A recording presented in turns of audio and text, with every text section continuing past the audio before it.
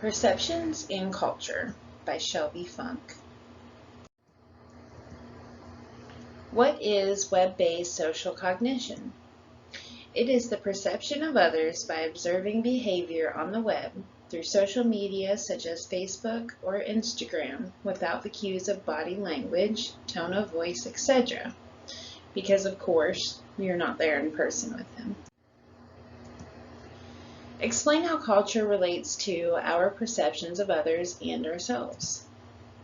The culture we grow up in shapes our perception of reality and expectations in regards to behavior in society.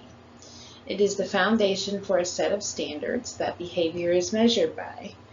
We learn this from the people that we're around, from the church that we go to, from what we learn in school, what we consider as manners, and things like that.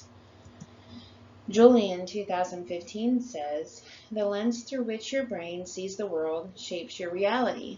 If you can change the lens, not only can you change the way your brain perceives behaviors, but you can change the way people relate to cultural differences." Embedded within that statement is the key to benefiting from cultural diversity. It is very important then that we open our mind to other cultures in order to learn something new and possibly even life-changing. Perceptions vary across cultures on both a large and small scale. There can be overarching perceptions such as, in America, every man is for himself, or in Japan, everyone works together. Or they can be smaller generalizations such as, she didn't smile at me, she must be mad. Or, the way she moved away from me is like totally rude. Every culture has their own self-concept which is unique from other cultures. For example, the Japanese have a culture where they tend to view themselves as interdependent or sociocentric, while the American culture is built around being independent or egocentric. But that doesn't mean that we wouldn't see the Japanese in a different light, because we might find things that are similar in their behaviors that we're accustomed to. So even though they see themselves as being sociocentric, we might find similarities in them that make us think that they're more egocentric, and vice versa. For this assignment, I chose to compare American culture to Australian culture, and some key similarities include, we both speak English, we're both kind of materialistic. Both countries were shaped by immigrants. We both have and believe in democracy.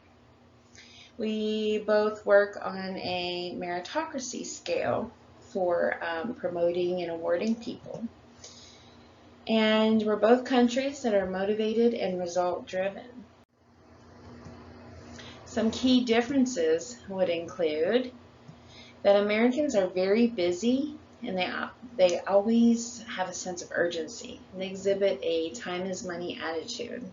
Whereas Australian people, they tend to be very relaxed and patient. They exhibit a everything will work out attitude.